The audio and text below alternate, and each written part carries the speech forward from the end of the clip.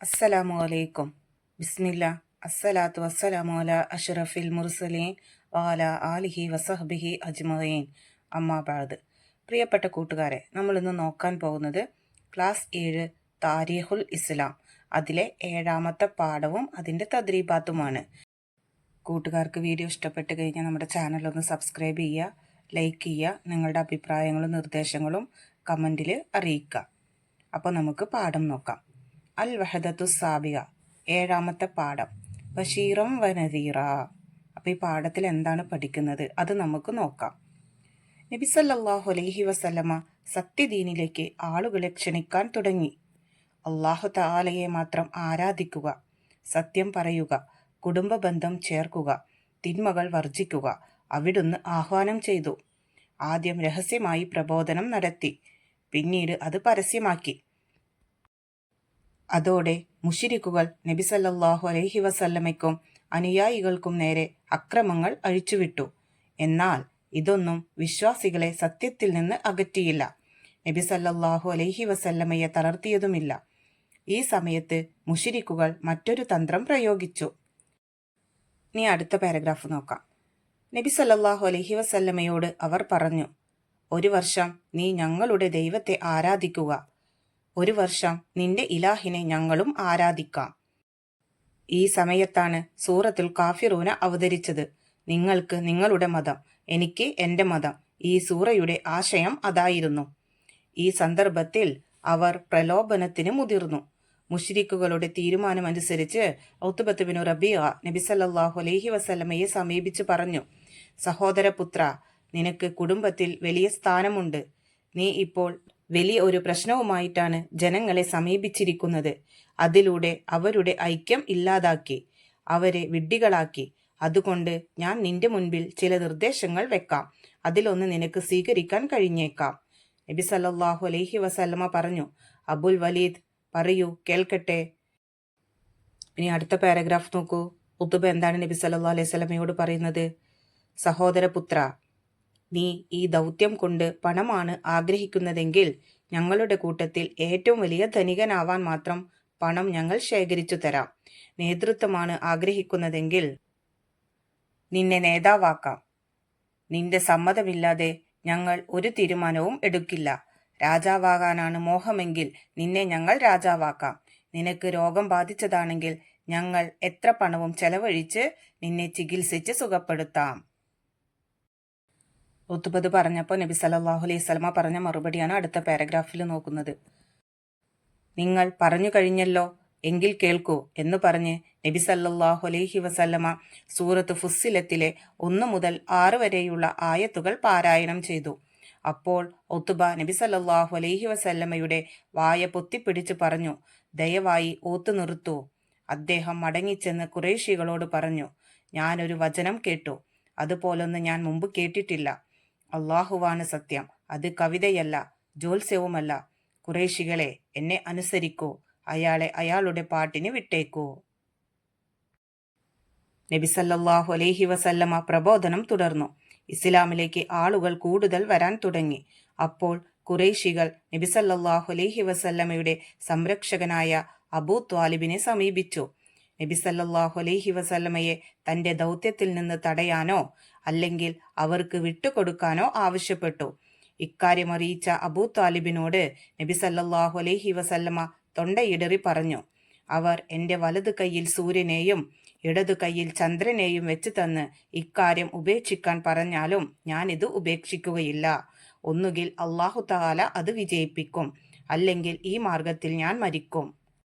വല്ലാഹി ലൗ വലഉ ശംസ ഫീ യമീനി വൽ ഖമറ ഫീ യസാരി അലാ അൻ അത്റുക ഹാദൽ അംറ മാ തറക്തുഹു ഹത്താ യുൽഹിറഹുല്ലാഹു ഔ അഹ്ലിക ദൂന. അപ്പോൾ അബൂ ത്വാലിബ് പറഞ്ഞു, മോനെ, നീ ഉദ്ദേശിച്ചത് പ്രബോധനം ചെയ്തോളൂ, ഞാൻ ഒരിക്കലും നിന്നെ കൈവിടുകയില്ല. ഇനി അവസാനത്തെ പാരഗ്രാഫ് നോക്കൂ. നബി സല്ലല്ലാഹു അലൈഹി വസല്ലമ അന്ത്യപ്രവാചകനാണെന്നും ഭൗതികമായി യാതൊരു ലക്ഷ്യവും നബി സല്ലല്ലാഹു അലൈഹി വസല്ലമയ്ക്ക് ഉണ്ടായിരുന്നില്ലെന്നും പാരത്രിക ലക്ഷ്യം മാത്രം മുന്നിൽ കണ്ട് അല്ലാഹു തആലയുടെ കൽപ്പന നിറവേറ്റുകയാണ് അവിടുന്ന് ചെയ്തതെന്നും ഇതിൽ നിന്ന് ഗ്രഹിക്കാം. ഇതോടെ ഈ പാഠം കഴിഞ്ഞു. ഇനി അടുത്ത് നമുക്ക് ഈ പാഠത്തിന്റെ തദ്രീബാത്ത് നോക്കാം. തദ്രീബാത്തിലെ ഒന്നാമത്തെ പ്രവർത്തനം നുതർജിമു ഇലാ ലുഗത്തിന. ഇവിടെ നമുക്ക് കൊടുത്തത് നമ്മുടെ മാതൃഭാഷയിലേക്ക് തർജിമ ചെയ്യാനുള്ളതാണ്. 1. വല്ലാഹി ലൗ വലഉ ശംസ ഫീ യമീനി വൽ ഖമറ ഫീ യസാരി അലാ അൻ അത്റുക ഹാദൽ അംറ മാ തറക്തുഹു ഹത്താ യുൽഹിറഹുല്ലാഹു ഔ അഹ്ലിക ദൂന. ഇതിന്റെ അർത്ഥമാണ് നമ്മൾ ഇവിടെ എഴുതേണ്ടത്. അതിന്റെ അർത്ഥം നോക്കാം. അവർ എന്റെ വലത് കൈയിൽ സൂര്യനെയും ഇടതു കൈയിൽ ചന്ദ്രനെയും വെച്ച് തന്ന് ഇക്കാര്യം ഉപേക്ഷിക്കാൻ പറഞ്ഞാലും ഞാൻ ഇത് ഉപേക്ഷിക്കുകയില്ല. ഒന്നുകിൽ അള്ളാഹു തആല അത് വിജയിപ്പിക്കും, അല്ലെങ്കിൽ ഈ മാർഗത്തിൽ ഞാൻ മരിക്കും. അപ്പൊ അതാണ് അവിടെ എഴുതേണ്ടത്. ഇനി തദ്രീബാത്തിലെ രണ്ടാമത്തെ പ്രവർത്തനം നുബയ്യിനു സിയാഖ്, സന്ദർഭം വ്യക്തമാക്കാനുള്ളതാണ്. അതിലെ ഒന്നാമത്തത് നോക്കൂ. 1 വർഷം നീ ഞങ്ങളുടെ ദൈവത്തെ ആരാധിക്കുക. ഇത് ആര് ആരോട് എപ്പോൾ പറഞ്ഞു? ആ സന്ദർഭമാണ് എഴുതേണ്ടത്. അപ്പോൾ അതിന്റെ ഉത്തരം നബി സല്ലല്ലാഹു അലൈഹി വസല്ലമ സത്യദീനിലേക്ക് ആളുകളെ ക്ഷണിക്കാൻ തുടങ്ങി. ആദ്യം രഹസ്യമായി പ്രബോധനം നടത്തി, പിന്നീട് അത് പരസ്യമാക്കി. മുശ്രിക്കുകൾ നബി സല്ലല്ലാഹു അലൈഹി വസല്ലമയ്ക്കും അനുയായികൾക്കും നേരെ അക്രമങ്ങൾ അഴിച്ചുവിട്ടു. എന്നാൽ അതൊന്നും വിശ്വാസികളെ തളർത്തിയില്ല. ഈ സന്ദർഭത്തിൽ അവർ നബി സല്ലല്ലാഹു അലൈഹി വസല്ലമയോട് പറഞ്ഞതാണിത്. നുബയ്യിനു സിയാഖ്, അതിലെ രണ്ടാമത്തത് രാജാവാകാനാണ് മോഹമെങ്കിൽ നിന്നെ ഞങ്ങളുടെ രാജാവാക്കാം. ഇത് ആര് ആരോട് എപ്പോൾ പറഞ്ഞു? ആ സന്ദർഭം എഴുതണം. അതിന്റെ ഉത്തരം മുശ്രിക്കുകൾ പ്രലോഭനത്തിന് മുതിർന്നു. അവരുടെ തീരുമാനമനുസരിച്ച് ഉത്ബത്ത് ബിനു റബീഅ നബി സല്ലല്ലാഹു അലൈഹി വസല്ലമയെ സമീപിച്ചു. അദ്ദേഹം നബി സല്ലല്ലാഹു അലൈഹി വസല്ലമയെ ഉപദേശിച്ചു.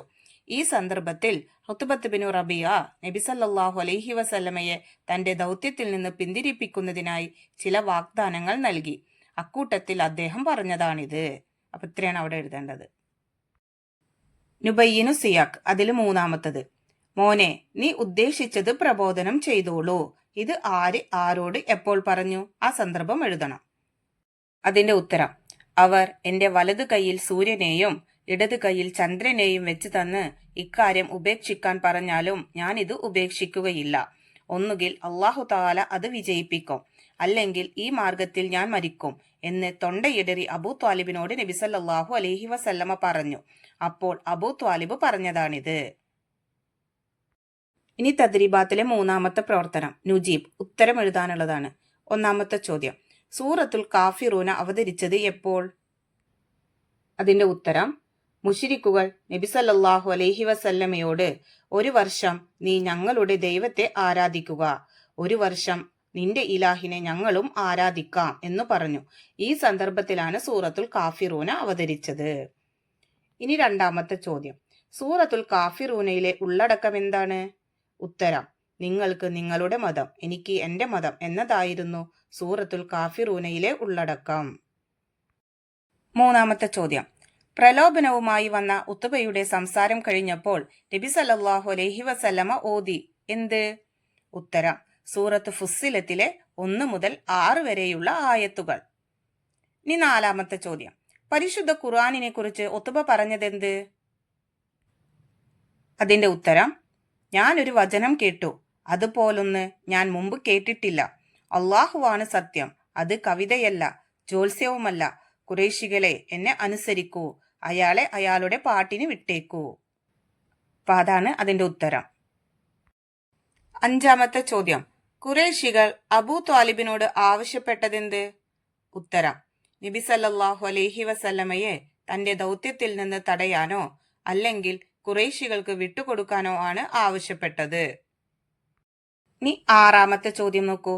ഖുറൈശികളുടെ ആവശ്യം അറിയിച്ച അബൂ ത്വാലിബിനോട് നബി സല്ലല്ലാഹു അലൈഹി വസല്ലമയുടെ പ്രതികരണം. അതിന്റെ ഉത്തരം അവർ എന്റെ വലതു കൈയിൽ സൂര്യനെയും ഇടതു കൈയിൽ ചന്ദ്രനെയും വെച്ച് തന്ന് ഇക്കാര്യം ഉപേക്ഷിക്കാൻ പറഞ്ഞാലും ഞാൻ ഇത് ഉപേക്ഷിക്കുകയില്ല. ഒന്നുകിൽ അള്ളാഹു തആല അത് വിജയിപ്പിക്കും, അല്ലെങ്കിൽ ഈ മാർഗത്തിൽ ഞാൻ മരിക്കും എന്നതായിരുന്നു നബി സല്ലല്ലാഹു അലൈഹി വസല്ലമയുടെ പ്രതികരണം. ഏഴാമത്തെ ചോദ്യം നോക്കൂ. ഈ അധ്യായത്തിൽ നിന്ന് ലഭിക്കുന്ന ഗുണപാഠം. അപ്പൊ ഞാനൊരു 3 ഗുണപാഠങ്ങൾ എഴുതിയിട്ടുണ്ട്. കൂട്ടുകാർക്ക് അതിൽ ഇഷ്ടമുള്ള ഗുണപാഠം എഴുതാം. ഇവിടെ 1 മാത്രം എഴുതിയാൽ മതി. അപ്പൊ നമുക്കത് നോക്കാം. അതിന്റെ ഉത്തരം ഒരുപാട് പ്രതിസന്ധികൾ ഉണ്ടാവും, എങ്കിലും ലക്ഷ്യത്തിൽ നിന്ന് പിന്മാറാൻ പാടില്ല. ഇനി രണ്ടാമത്തെ ഗുണപാഠം അള്ളാഹുവിന്റെ സംരക്ഷണമുണ്ടായാൽ ശത്രുക്കളുടെ ഒരു തന്ത്രവും വിജയിക്കുകയില്ല. മൂന്നാമത്തെ ഗുണപാഠം: പ്രബോധകർ നിരാശപ്പെടാൻ പാടില്ല.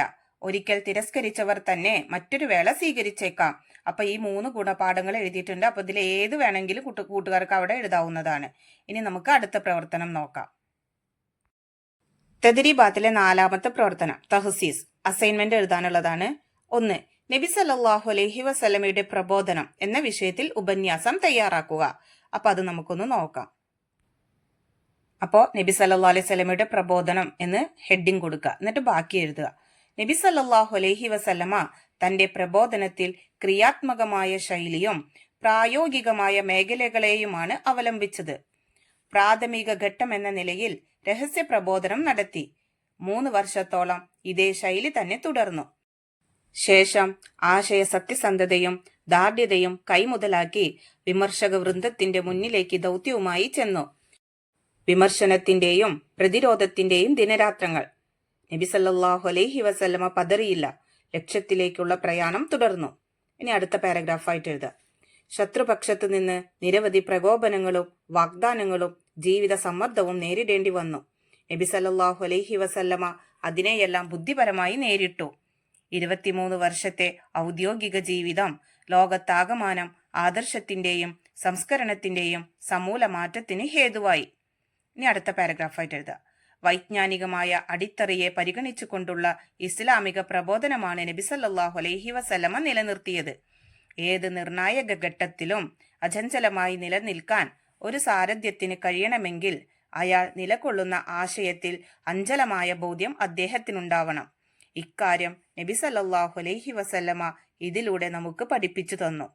അത്തരമൊരു ദാർഢ്യത ഏറ്റവും കൂടുതലുണ്ടായിരുന്ന നേതാവ് നബി സല്ലല്ലാഹു അലൈഹി വസല്ലമ തന്നെയാണെന്ന ബോധ്യം ഇതിലൂടെ പ്രകടമായി.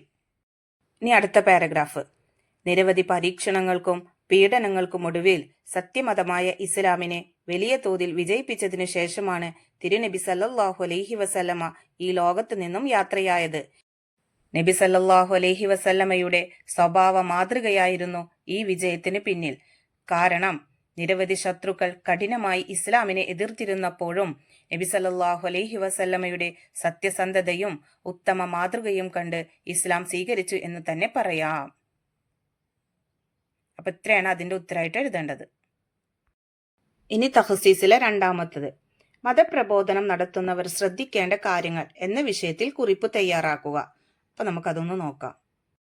അപ്പൊ അതിന്റെ ഉത്തരം: മതപ്രബോധനം നടത്തുന്നവർ ശ്രദ്ധിക്കേണ്ട കാര്യങ്ങൾ, ഹെഡിങ് കൊടുക്കുക.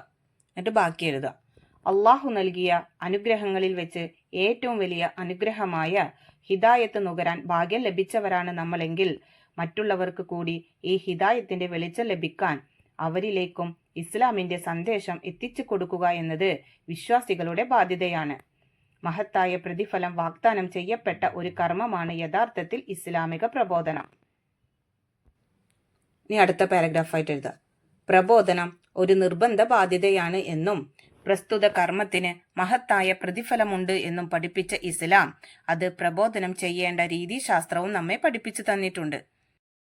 യുക്തി ദീക്ഷയോടുകൂടിയും സതുപദേശം മുഖേനയുമാണ് അള്ളാഹുവിന്റെ മാർഗത്തിലേക്ക് ക്ഷണിക്കേണ്ടത്. ഏറ്റവും നല്ല രീതിയിലായിരിക്കണം അവരുമായി സംവാദം നടത്തേണ്ടത്. തെളിവുകൾ മുന്നിൽ വെച്ചുകൊണ്ടുള്ള പ്രമാണബന്ധമായ പ്രബോധനത്തിന്റെ രീതിശാസ്ത്രമാണ് അവലംബിക്കേണ്ടത്.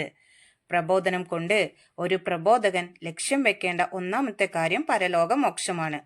2ാമത്തെ കാര്യം ജനങ്ങളെ വെളിച്ചത്തിലേക്ക് നയിക്കുക എന്നതാണ്. അള്ളാഹുവിനെ കുറിച്ചും അവനിൽ നിന്ന് കിട്ടുന്ന സഹായത്തെക്കുറിച്ചും പിന്തുണയെക്കുറിച്ചും പ്രബോധകന് പൂർണ്ണ ബോധ്യമുണ്ടായിരിക്കണം. പ്രബോധനത്തിന്റെ സമസ്ത ഘട്ടങ്ങളിലും പ്രബോധിതരുടെ കാര്യത്തിൽ സഹാനുഭൂതിയുടെയും കാരുണ്യത്തിന്റെയും സമീപനം കൈക്കൊള്ളുക എന്നത് സത്യപ്രബോധകരുടെ ബാധ്യതയാണ്. ഇനി അടുത്ത പാരഗ്രാഫായിട്ട് എഴുതുക. പ്രത്യാഘാതങ്ങളെക്കുറിച്ച് ഗൗരവതരമായി ചിന്തിക്കാതെ പ്രബോധിതൻ പ്രകോപിതനാവുകയോ വികാരഭരിതനാവുകയോ ചെയ്യരുത്. കാരണം അതെല്ലാം സത്യപ്രബോധനത്തിന്റെ തുടർച്ചയെ പ്രതികൂലമായി ബാധിക്കുകയും ജനഹൃദയങ്ങളിൽ വിള്ളലുകൾ ഉണ്ടാകാനും ഇടവരുത്തും. അതുകൊണ്ട് തന്നെ ഒരു പ്രബോധകൻ ഈ കാര്യങ്ങളെല്ലാം ഉൾക്കൊണ്ടാൽ മാത്രമേ ആ ലക്ഷ്യം സാധ്യമാക്കാൻ അവന് കഴിയൂ എന്ന് വ്യക്തമായി മനസ്സിലാക്കേണ്ടതാണ്. അപ്പോൾ ഇതിൽ ഒരുപാട് പോയിന്റുകൾ ഞാൻ പറഞ്ഞിട്ടുണ്ട്. കൂട്ടുകാർക്ക് ഇതെല്ലാം മനസ്സിലാക്കിയിട്ട് എഴുതാവുന്നതാണ്. അപ്പോൾ ഈ പാഠവും ഈ പാഠത്തിൻ്റെ തദ്രീബാത്തും കൂട്ടുകാർക്ക് മനസ്സിലായല്ലോ. ഇൻഷാ അല്ലാ. അപ്പോൾ അടുത്തൊരു സബ്ജക്റ്റുമായിട്ട് നമുക്ക് വീണ്ടും കാണാം. എല്ലാവർക്കും ഒരിക്കൽ കൂടി അസ്സലാമു അലൈക്കും വറഹ്മത്തുള്ളാഹി തആല വബറകാതുഹു.